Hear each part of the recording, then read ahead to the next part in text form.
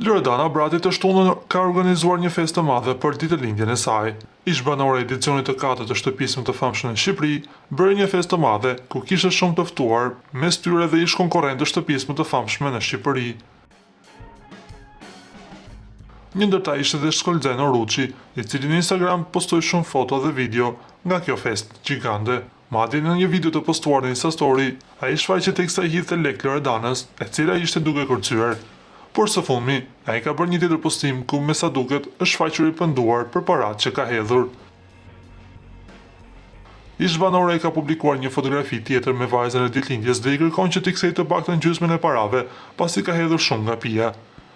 Na i kthej gjysmën e lekëve se kemi hedh shumë nga pija, shkroi Shkëlxeni, krahas kësaj poze duke shoqëruar me emoji, për të nënkuptuar se është gjithçka në kontekstin e humorit.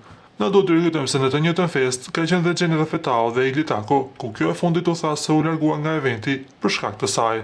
Se sa të vërteta janë, e dinë vetëm të ftuarit në ditëlindjen e Loredanës.